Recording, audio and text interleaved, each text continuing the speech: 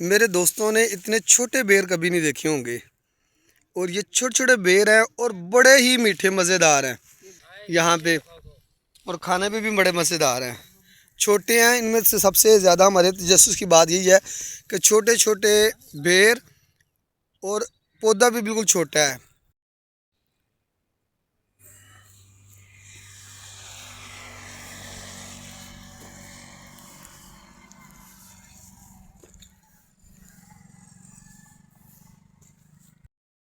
अस्सलाम वालेकुम व्यूअर्स, आज मैं आया हूँ एक बड़ी ज़बरदस्त बोटैनिकल साइट पे। और ये टिनी बिल्कुल छोटे छोटे, ये देखिए आप इससे समझ सकते हैं ये कितने छोटे छोटे बेर हैं।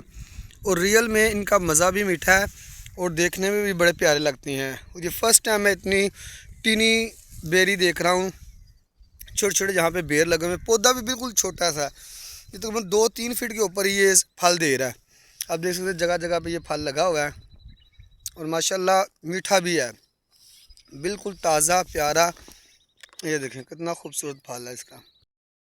मेरे दोस्तों ने इतने छोटे बेर कभी नहीं देखे होंगे। और ये छोटे छोटे बेर हैं और बड़े ही मीठे मज़ेदार हैं। और दिलचस्प बात यह है कि पौधा भी बिल्कुल छोटा होता है।